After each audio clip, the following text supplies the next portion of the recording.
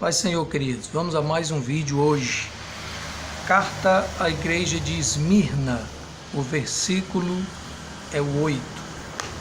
Diz assim o versículo 8º. Ao anjo da igreja em Esmirna escreve: isto diz o primeiro e o último, que foi morto e reviveu. Como você pode ver, até já falei em vídeos anteriores, que na glória, o Senhor Jesus nos diz que quando entrarmos na glória, vamos receber um novo nome, né? E quando o Senhor entrou na glória, ele recebeu esse novo nome. Só que quando João viu Jesus na glória, lá, Jesus não revelou a João esse novo nome dele. Ninguém sabe, só ele, né? É mais um mistério de Deus. Eu não sei o que fazer com um nome que ninguém sabe, né? Como é o seu nome? Eu não posso dizer não, só eu sei o meu nome, ninguém mais sabe. Então ninguém mais fala com você, eu não entendo, mas vou entender quando chegar na glória. A carta é dirigida a Esmirna. Esmirna era uma cidade considerada uma das cidades mais poderosas da Ásia Menor desde 281 a.C. Permaneceu fiel a Roma desde os tempos da ingerência político-econômica no Oriente Próximo, antes de tornar-se Império Mundial em 178 depois de Cristo. Foi destruída por um terremoto, mas rapidamente reconstruída. Em 195 a.C. foi erguido um templo em honra à deusa de Roma. Sua importância comercial devia-se à localização geográfica, já que situava-se no fim de uma das grandes estradas que atravessava a Lídia para o leste, partindo da Frígia, servindo também de escoadouro marítimo para a área comercial do rio Ermo. Disputava com Éfeso e Pérgamo a condição de primeira cidade da Ásia. Sua aliança com Roma transformou-se no forte centro de culto e adoração ao imperador romano, o que deixou os cristãos que ali viviam em circunstâncias desesperadoras, tendo a perseguição e a morte como consequências naturais para eles. Desde João 90 depois de Cristo até cerca de 312 depois de Cristo, em Esmirna, também o famoso mártir cristão Policarpo foi queimado no ano 155 depois de Cristo. Esmirna era o local da celebração dos Jogos Olímpicos. A cidade contava com um dos maiores anfiteatros de toda a Ásia, né, cujas ruínas subsistem ainda hoje. Atualmente é ocupada por uma cidade com 500 mil habitantes chamada Izmir, a maior da Turquia asiática. Esmirna significa mirra, substância extraída de uma planta por esmagamento, de perfume agradável e paladar amargo. São qualidades que ilustram as condições existentes daquela comunidade cristã quando o Apocalipse foi escrito. Os crentes dali foram literalmente esmagados, tornando-se um agradável perfume para Deus. Todavia, embora esmagados até a morte, o espírito lhes foi preservado, né? O primeiro e o último, e o que foi morto e reviveu, estão comentados em Apocalipse, capítulo 1, versículo 16. Vamos ao versículo 9. Versículo 9 diz: conheço a tua tribulação e a tua pobreza, mas tu és rico, e a blasfêmia dos que dizem ser judeus e não são, porém são sinagoga de Satanás.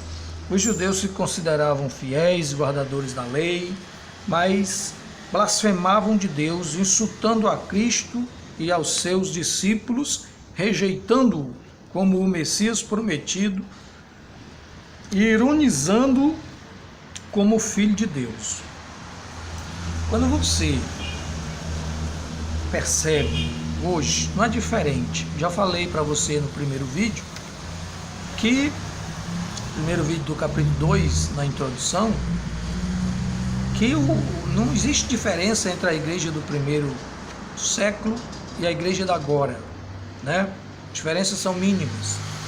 Pecado continua sendo pecado como era na mesma época. Crente continua sendo crente e idiota continua sendo idiota. Aqui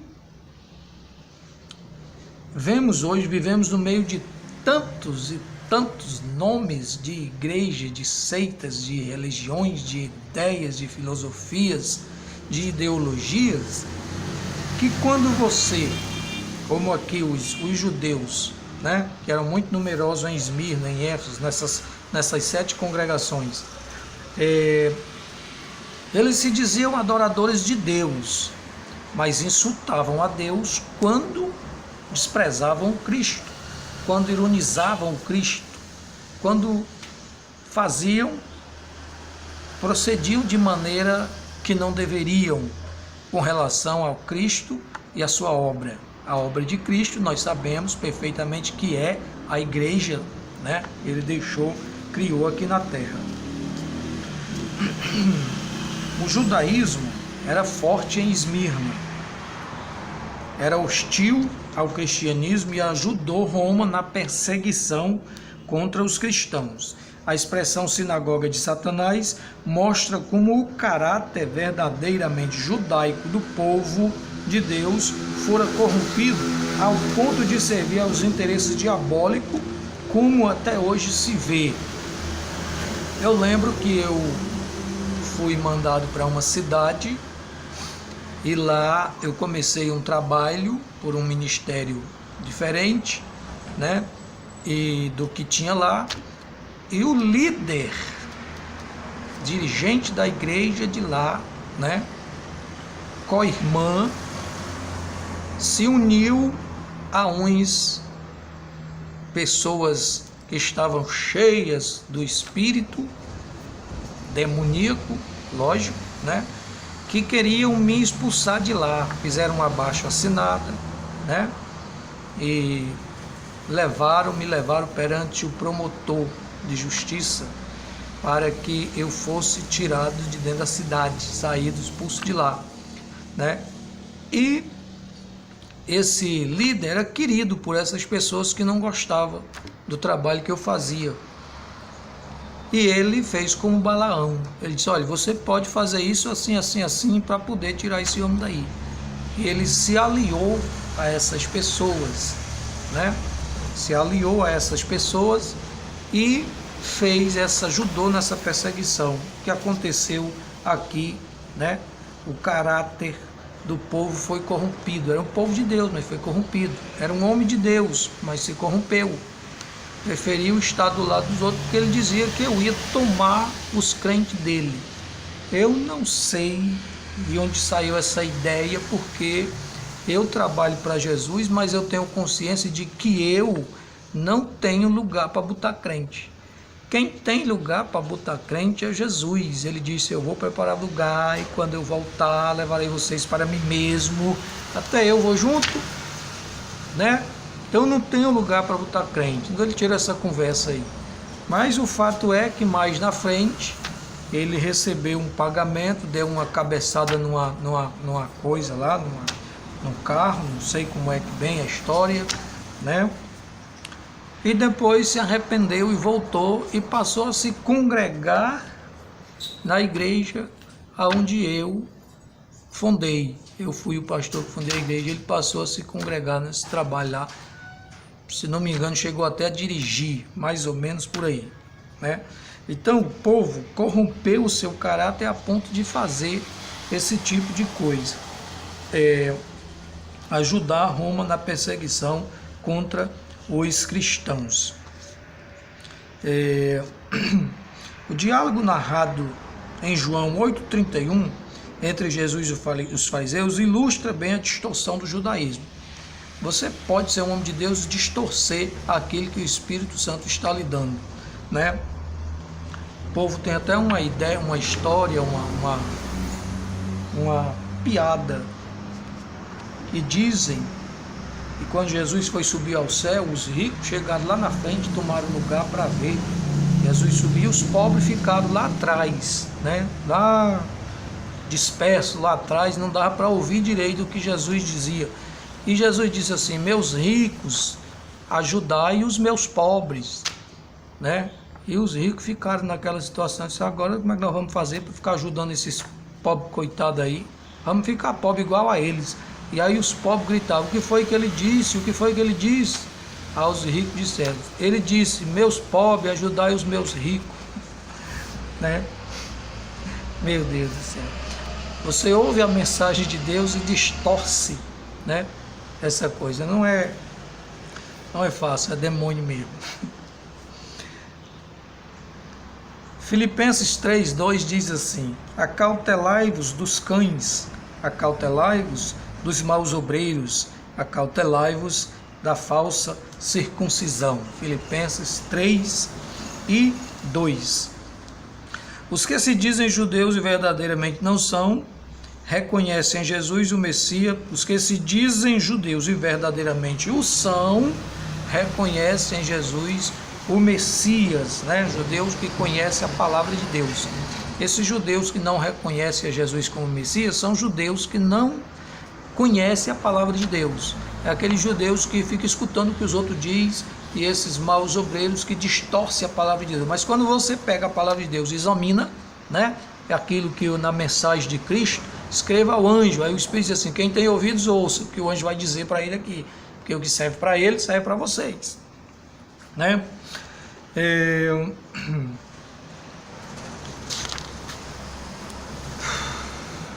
João 5, 46 e 47 diz: pois se cresces em Moisés, creríeis em mim, porque de mim ele escreveu.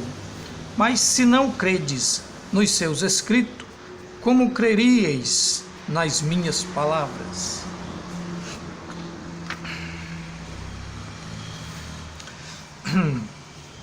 Sinagoga é um termo que significa convocação ou assembleia, lugar onde se celebra um culto religioso judaico.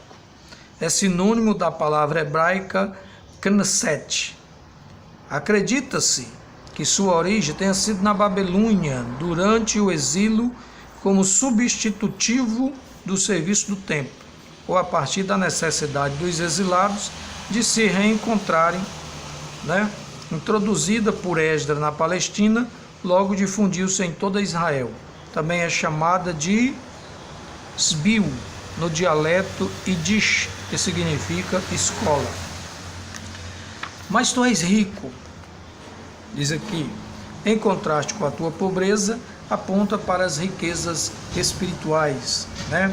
Contrárias ao padrão ordinário deste mundo, cujo representante é o homem de concupiscência enraizado nos valores materiais. Vamos ao versículo 10. Não temas o que hás de padecer. Eis que o diabo está para lançar alguns de vós na prisão, para que sejais provados, e tereis uma tribulação de 10 dias. Ser fiel até a morte, e dar-te-ei a coroa da vida. 10 dias. Pode ser referência a um período curto, mas cremos representar algo bem mais profundo.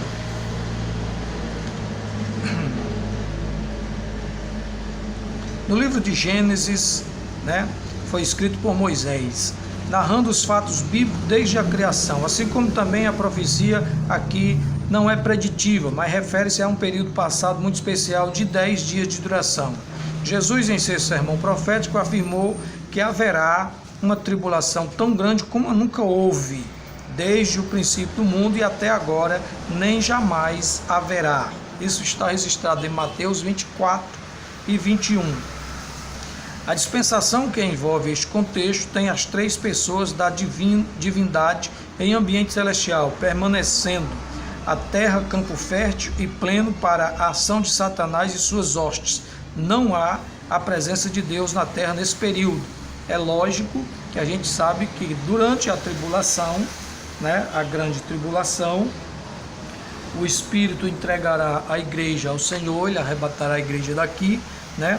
E haverá um período em que o Espírito Santo não estará na terra, como já houve também. Quando Cristo subiu ao céu, né, ele foi interceder a Deus que mandasse o Espírito Santo, né, para estar com os discípulos, né?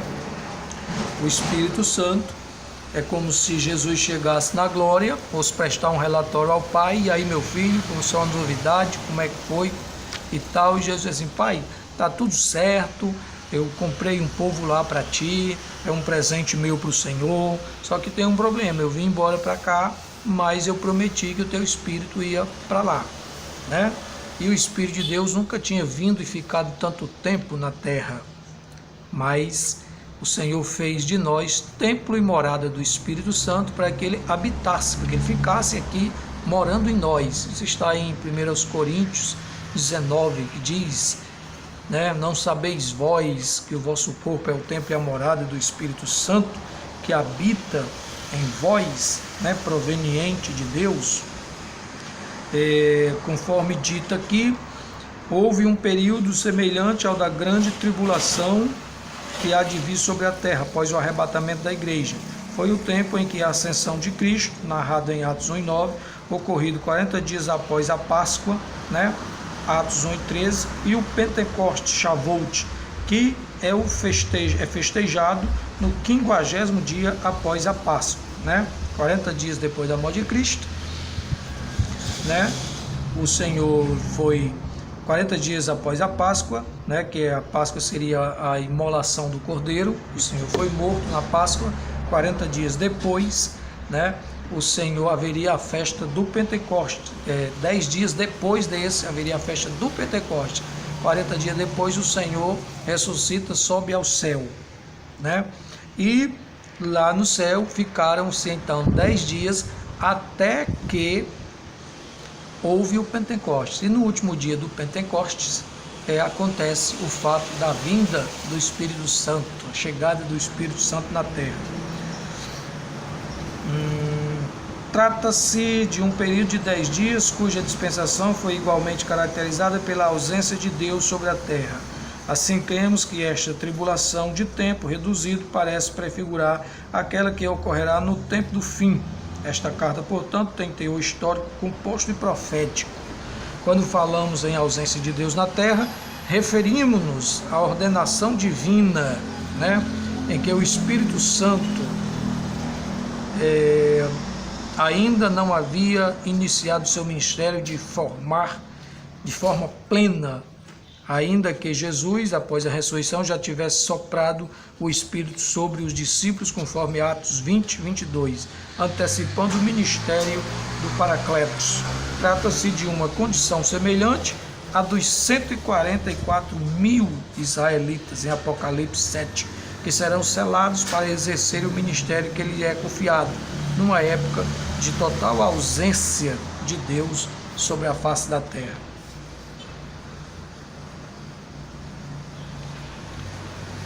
Dar-te-ei a coroa da vida, diz respeito ao troféu mais valioso, né, que o cristão há de receber, a vida eterna. Tiago 1:12 diz: bem-aventurado o homem que suporta a provação, porque depois de aprovado receberá a coroa da vida que o Senhor prometeu aos que o amam.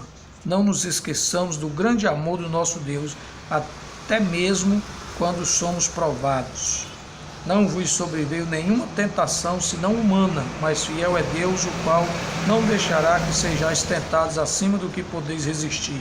Antes, com a tentação, dará também o meio de saída, para que possais suportar. 1 Coríntios 10:13.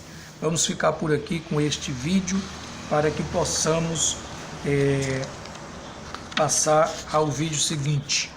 Oremos. Pai santo e justo, te dou louvor pelas tuas ricas bênçãos, pelas tuas maravilhas, e que este trabalho sirva para o enriquecimento, Senhor, espiritual de muita gente que ouvir. Teu nome seja glorificado, e eu te rogo por fé, no nome de Jesus. Amém.